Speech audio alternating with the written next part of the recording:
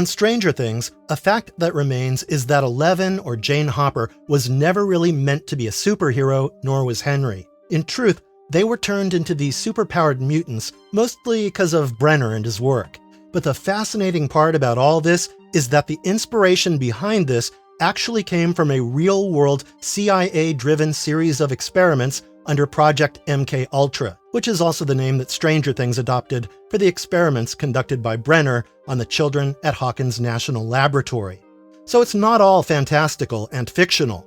The real MKUltra was basically an extension of the mind control experiments that the Nazis once conducted, which is despicable on its own. And as for the MKUltra from Stranger Things, it created mutant babies with superpowers. And in this video, we're going to explore everything there is to explore about the MKUltra mutants like Henry, Kali, Elle, and more. There's just so much to dissect here, so I won't extend the intro any longer, and we'll cut to the chase. Let's start with... Cow?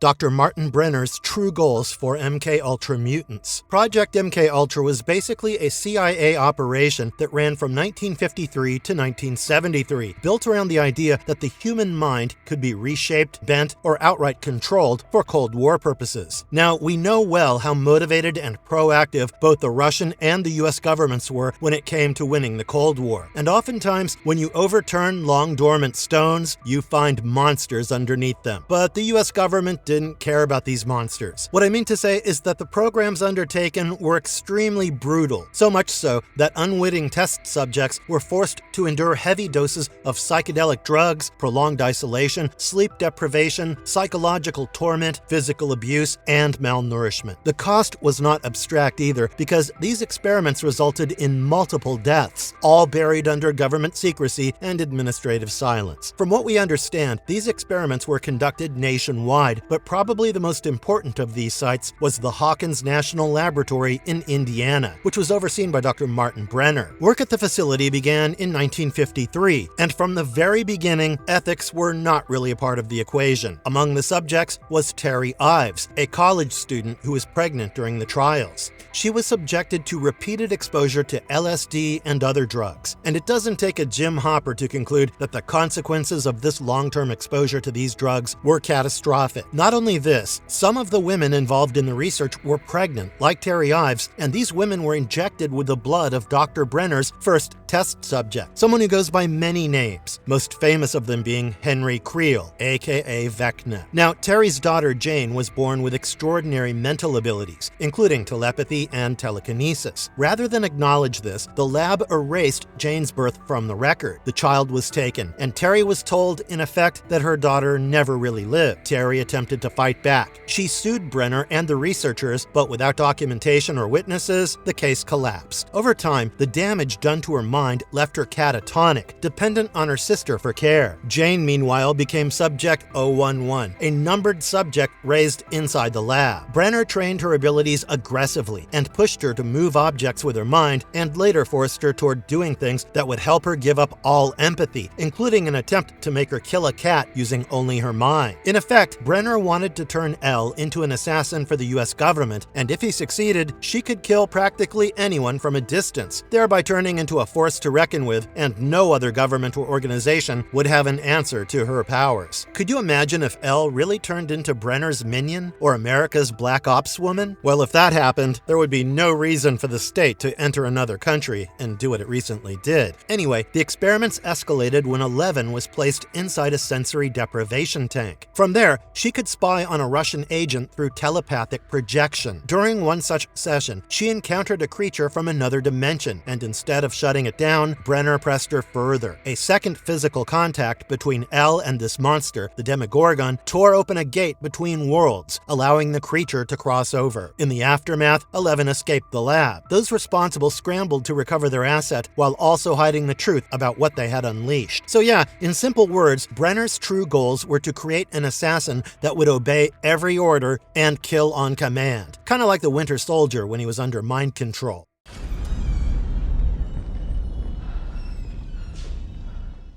How were the test subjects found? So there was really no single method through which Brenner got his test subjects. However, we do know from the show and extended material that Brenner did run an ad which asked college-age women with remarkable skills to apply. Among these were people like Terry Ives, Alice Johnson, Gloria Flowers, Ken, and St. John. Now, the thing is, these people joined because they had mild degrees of psychic abilities, and Brenner promised them that their mental capabilities would increase through the experiments he would conduct, but of course, that was all a load of utter bullshit. Unfortunately, Terry and her friends didn't know that he was little more than a lying piece of shit. This is where he would give them LSD and other stuff, but things changed when he came across Henry. This young kid was an anomaly that Brenner didn't create or understand. Once Brenner understood what Henry could do, everything else became an attempt to copy that result. That explains why MK Ultra matters here. Brenner already had access to women subjected to LSD and other experiments, and from my point of view, he used this group as raw material. If we're to go by the Stranger Things novel titled Suspicious Minds, a man named Andrew Rich was Terry's boyfriend and Jane or Levin's biological father. Now, Terry got pregnant during the course of the LSD experiments, but she didn't yet know about it, and Brenner's continued work on her made things worse. By this time, he probably had a hold of Henry, aka One, whose blood he infused with Terry to make the unborn baby like Henry. This is why in Season 5, Kali, aka 8, explains that out of all the child test subjects, Elle was just like Henry, while the rest were just husks of who he was. I also think Brenner refined the process over time. Early on, his work looks messy and opportunistic. Pregnant MK Ultra subjects get monitored, children get taken, records disappear. Later, the system feels more organized. Brenner knows when a subject is pregnant, he stays close, controls the birth, and that explains why Eleven's case feels planned rather than accidental. As for the other children in the program, I don't believe every child came from MK Ultra pregnancies. Henry proves that powers can appear without Brenner's interference, although he got his powers through that stone from the briefcase, which ultimately brought him into contact with the Mind Flayer. Wait, I'm gonna change my statement to this. Henry's powers increased after he came into contact with the Mind Flayer. So yeah, Brenner had multiple ways of getting hold of his adult and young test subjects.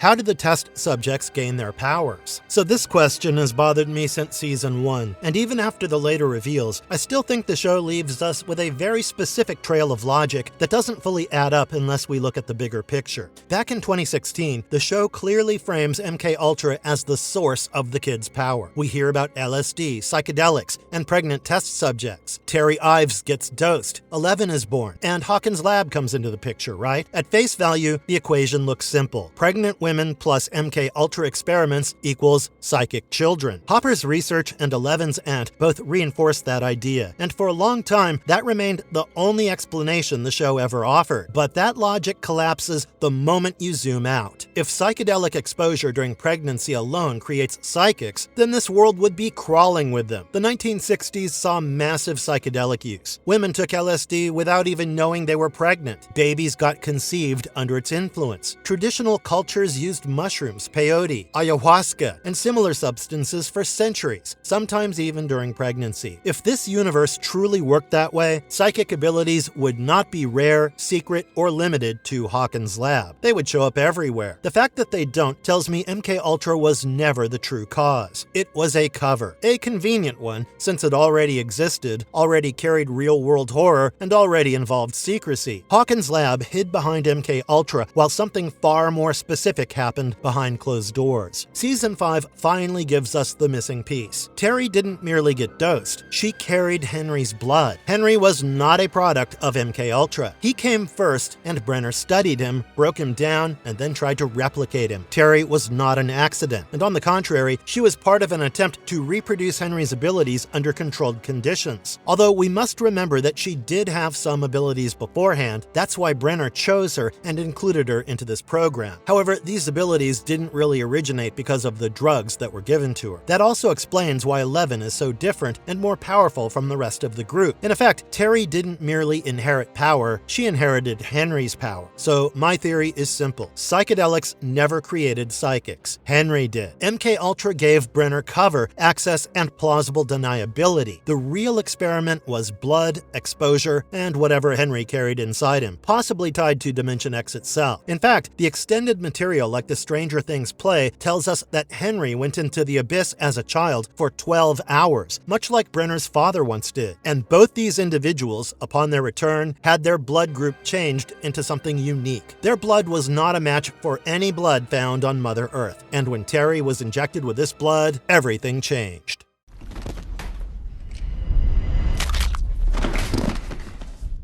Why do Ultra Mutants get nosebleeds when using their powers? This is one of those things that the show never talks about a lot and lets you and I come up with our own conclusions and use our headcanon. That said, I think the nosebleeds make a lot of internal sense once you line up a few things. My theory is that Eleven's powers put extreme strain on her body, especially her brain. Every time she uses telekinesis or remote viewing, she forces blood flow and pressure far beyond what a normal human system can handle. The nose is simply the weakest release point, and maybe eyes too, but that would have looked creepy on TV. We already know that intense spikes in blood pressure can burst vessels there in real life, so scale that up to psychic exertion and the result tracks. I also think the nosebleeds tell us something important about Eleven's limits. She is powerful, but she is not built for this, is she? Unlike Henry, whose abilities feel natural and self-sustaining, Eleven's powers behave like something grafted onto a human frame. That lines up with what we later learn about her origin. She carries Henry's power, but her body still belongs to a regular child. The bleed is her system lagging behind what her mind demands. There's also a storytelling reason behind the nosebleed, if you want to get practical. So a nosebleed is actually a psychic trope for movies. For instance, movies like Scanners and Firestarter have already shown nosebleeds happen when psychics use their powers. So yeah, it was just to tell that Elle was using her powers, or will for that matter.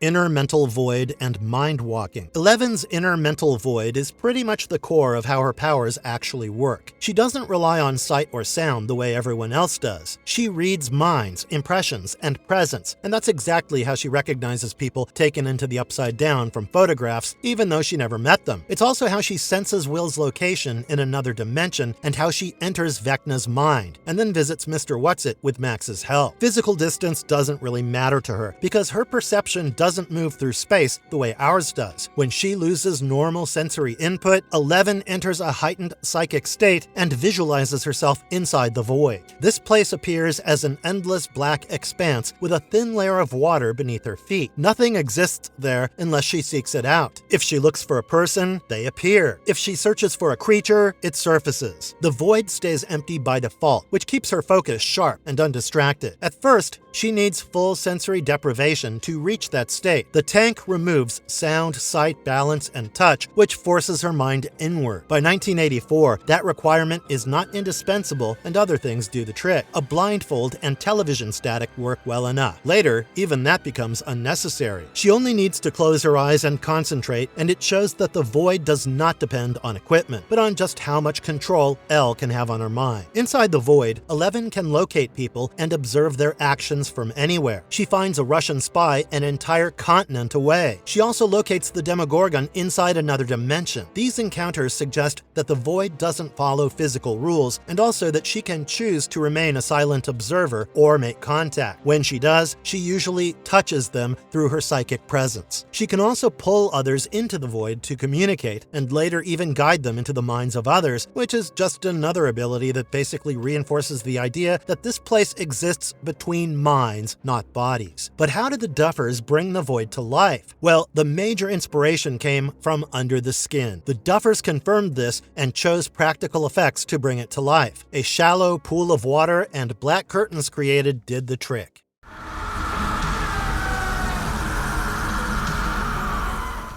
Ability to create a gate across dimensions. So both Vecna and Eleven are like mutants, right? However, their powers don't work in a similar fashion. In fact, Vecna's ability to create gates does not work like Eleven's.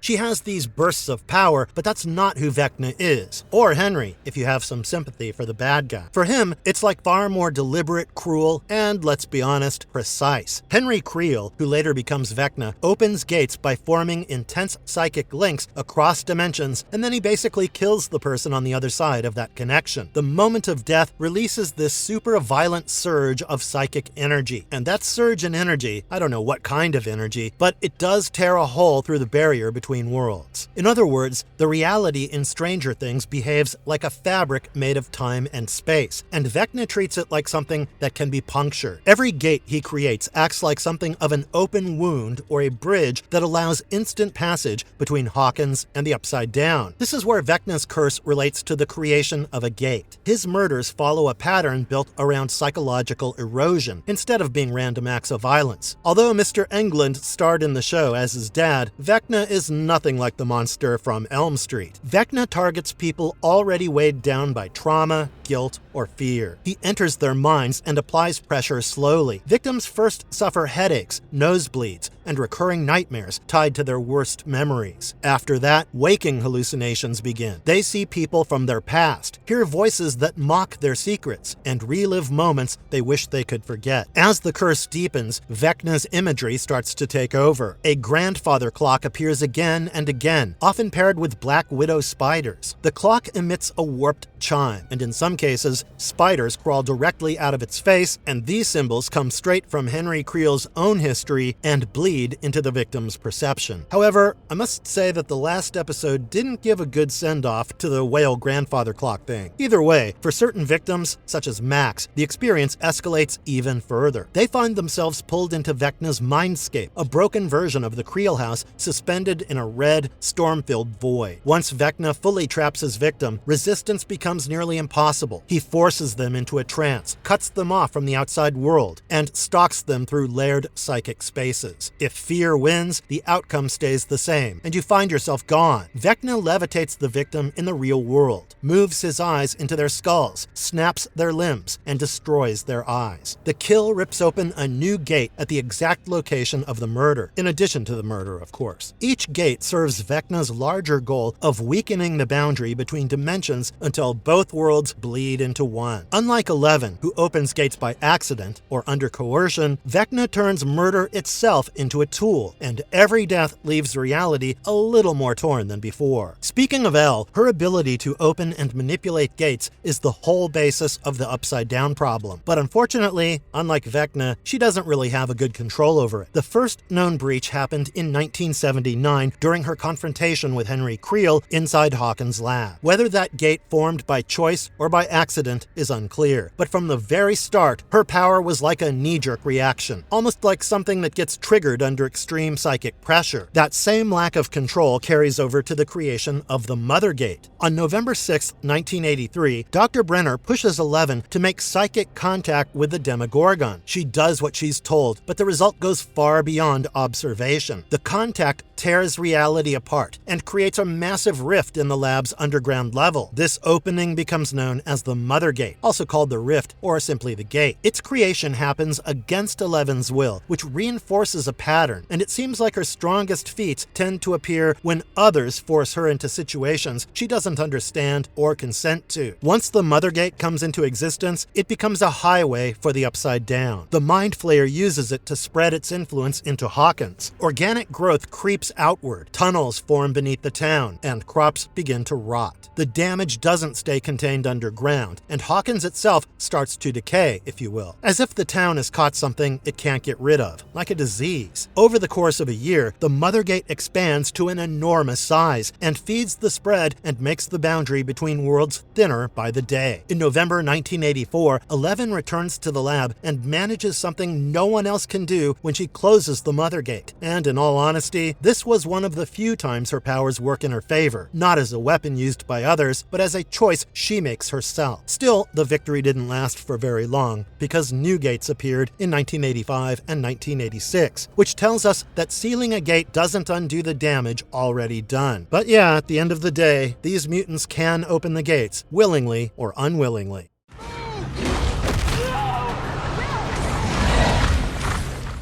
Hive mind connection. Vecna's hive mind connection is the biggest contributing factor behind what makes him so bloody terrifying. However, it's also what sets him up for failure. So a bane and a boon kind of situation here for him, as far as the hive mind is concerned. Now, once aligned with a mind flayer, Vecna's reach extended and expanded far beyond his own body. The mind flayer could divide its mass into countless fragments while keeping a single shared consciousness. Through this very system, Vecna gained access to a network where every connected creature fed information back to a central awareness. Demogorgons, Demobats, the Flayed from 1985, even the Vines spread across the Upside Down and all became extensions of that same psychic web. Now, at the top of this pyramid-like structure, for the lack of a better analogy, was, Vecna's willpower. But I have to note that there was always a degree of resistance attached to it. The Mind Flayer was most definitely the true apex intelligence, and the two constantly pushed against each other for dominance. Vecna could direct the Hive, but he never fully owned it. Still, the advantages were pretty damn huge. Through the Hive, Vecna gained near total awareness of his territory. If a Demobat noticed a trespasser, Vecna knew instantly. If someone stepped on a vine, the response came at once, with the terrain itself turning hostile. Unfortunately, the show forgot all about this in the later seasons, so much so that the air in the Upside Down, which was supposed to be unbreathable for humans, suddenly became breathable in the last season. But the Hive mind thing served as a double-edged sword for Vecna, and it cut both ways. The Hive mind worked as a shared nervous system, so when pain was felt by an individual, say a Demogorgon, it didn't quite stop at that individual. Damage to one thrall rippled across the entire network. When a controlled creature suffered, the suffering was felt through every linked mind, Vecna included. This made the Hive powerful, but also weak to an extent. Hurt enough of the network at once, and the feedback became overwhelming. So while the Hive mind gave Vecna control, reach, and awareness on a massive scale, it also bound his fate to every lesser creature under his command. Something that made him sad, but also angry.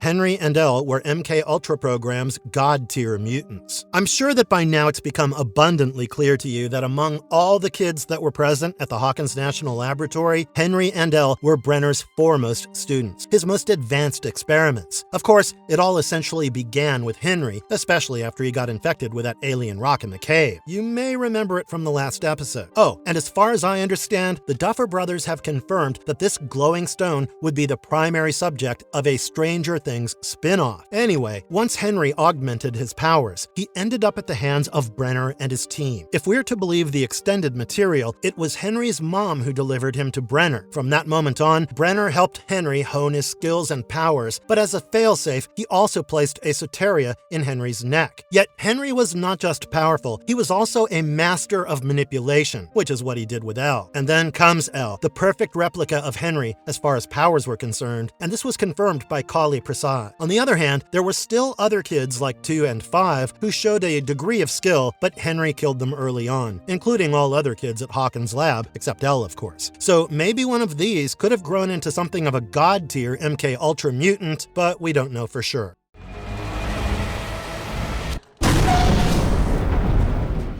Illusion creation. Kali Prasad, yet another MK Ultra mutant, functioned on a very different psychic wavelength than the other Hawkins subjects. Where 11 bends matter and space, Kali bends perception itself. Her core power is psychohallucikinesis, which lets her force targets to experience events that never exist in the physical world. These are not vague tricks or half-formed visions, and to the person caught inside them, they feel complete, immediate, and real. As you must have noticed in the show, she is most skilled when it comes to creating illusions. Kali can project perfect visual doubles of herself or others, down to facial details and body language. She used this ability on 11, making her believe Dr. Martin Brenner stood before her, which basically dug the wounds 11 never truly healed. Kali also controls a form of psychic invisibility. She doesn't erase bodies or light. Instead, she edits what observers process. For instance, police officers can stare directly at her group and see nothing at all, and this ability saved her crew more than once, especially after law enforcement discovered their hideout. To the outside world, Kali and her friends simply ceased to exist. However, her most flexible power is phantasmagoria. With it, Kali orchestrates full sensory experiences that hijack sight, sound, touch, smell, and taste. A pursuing cop believed a bridge collapsed beneath him, but no, that didn't really happen. Kali also shares an ability with 11, like remote viewing. She can project her consciousness into the void and enter alter another person's mind. She used this skill only once on screen, when she followed 11 into the mental space of Vecna and rode her sister's connection rather than forcing her own.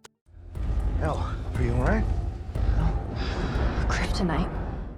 Kryptonite for MK Ultra mutants. For all of 11's powers and abilities, they have some hard limits. In fact, the same goes for Vecna. The most effective counter to their abilities is the anti-psychic technology, which functions almost like kryptonite for anyone with telekinetic or extrasensory abilities. Sonic weapons are the best against 11. These devices emit high-frequency sound that leave ordinary people unaffected, yet completely overwhelms psychics like the MK Ultra mutants. For 11, her powers shut down almost immediately, and her body paralyzes, so much so that even basic movement becomes restricted. The only fix comes through destruction of the weapon itself. And interestingly, after the device has been destroyed, she recovers within seconds. This same category includes implants designed to suppress psychic output. The most infamous example is Soteria, which is basically a miniature device placed into the neck. Henry Creel lived for years with one embedded in him, courtesy of Dr. Martin Brenner, who likely developed the tech himself. Henry claimed Soteria also tracked movements of those who had it, but we don't know the truth of it. What is clear is that the implant worked, and that it pretty much capped his abilities and reduced him to a manageable subject until its removal. And that's despite how powerful he was. Beyond technology, 11, for one, has several physical limits. Her powers place enormous strain on her body, and most of the time, this manifests as nosebleeds and exhaustion, which, as I explained earlier, are a clear sign that her system needs recovery. Push her too far, though, and the consequences might become serious and severe. For instance, she even lost her powers for a while when pushed to extreme limits. Furthermore, one of the most visible anti-psychic weapons was the Hedgehog, which was essentially a portable sonic device created by Dr. K. When aimed at a physical target, it flooded the mind with disruptive sound and neutralized abilities on contact. In 1987, K and her Wolfpack paramilitary unit relied on these weapons during their hunt for 11, whom K blamed for the escalating disasters in Hawkins. That same tech later kept Kali Prasad contained at Gable Ridge Road Base within the Upside Down. The real MK Ultra program. What really hooked me in Stranger Things was never only the monsters, but how tangled the government side of the story became over time. Early seasons gave us a clear sense of shadow agencies, cover-ups, and internal power struggles. Later seasons widened the scope, but oddly stopped spelling out how all these factions actually worked together. We didn't know how these multiple branches fit together in a larger system. But the thing is, there exists, or rather existed, a very real-world program called MK Ultra, and it was run by the US government. Needless to say, it was the most unhinged and unethical program I've ever come across. And if I'm being honest, the declassified material from 2001 shows that this program and its experiments were the continuation of something that the Nazis started. So MK Ultra was the CIA's answer to a Cold War era paranoia. The idea that communists had found a drug or method that could control human minds. So the CIA launched its own secret hunt for a mind-control drug that could be weaponized. That program began in 1953 and ran for about 2 decades before it got curtailed. But the crazy thing is, this was not an isolated program. There were also other similar programs like Project Artichoke and Operation Paperclip. And as I was saying, the really ugly part is the inspiration behind all this. MK Ultra drew, in part, from Nazi experiments at Dachau and Auschwitz, with a stated goal that boiled down to eliminate the will of the person examined. The Nazis used drugs like mescaline in that pursuit. MK Ultra used LSD and other chemicals, plus electroshock, hypnosis, sensory deprivation, and more. The program's key figure was CIA chemist Sidney Gottlieb. Journalist Stephen Kinzer describes Gottlieb's mindset as a 2-part process. First, blast away the existing mind. Second, insert a new one into the empty space. Kinzer says the CIA never got far with step 2, but it put serious work into step 1. A lot of this happened in total secrecy, often without consent. Experiments ran in places like American military bases, colleges and universities, and overseas detention centers that functioned as black sites. Even when MK Ultra ended, the secrecy prevailed. In 1973, with Watergate pressure hitting the whole government, CIA Director Richard Helms got removed by Nixon after he refused to help cover up Watergate. Kinzer claims Helms was was one of the only people who truly knew what Gottlieb had done, and Helms and Gottlieb chose to destroy the records. Gottlieb reportedly drove to the CIA Record Center and ordered boxes of MKUltra files destroyed, but some material survived. Around 20,000 documents later surfaced through a Freedom of Information Act push in 1977, and a Senate investigation that year revealed experiments with LSD, sensory deprivation, hypnosis, and electroshock on agency personnel, prostitutes, recovering drug addicts, and prisoners, often without consent. People love the sleeper agent idea, like the Manchurian Candidate, but historian Alfred W. McCoy argues that those flashy concepts distract from a more grounded aim, the aim of achieving better interrogation methods. Then there's the legacy of torture and death. Kinzer links MKUltra to techniques later used at Abu Ghraib and Guantanamo, and he calls it a continuation of work from Japanese and Nazi camps, with the CIA hiring the very torturers and vivisectionists brought in through paperclip. Some subjects reportedly included Whitey Bulger, the mob boss, and Ted Kaczynski, the Unabomber. So yeah, although Stranger Things might feel fictional and fantastical, the inspiration behind it was very, very real. If you liked this video, please consider hitting the like and subscribe buttons. Those two small clicks from you will help us tremendously in bringing you more of these marvelous videos. Stay safe, and please don't fall into any CIA experiment traps.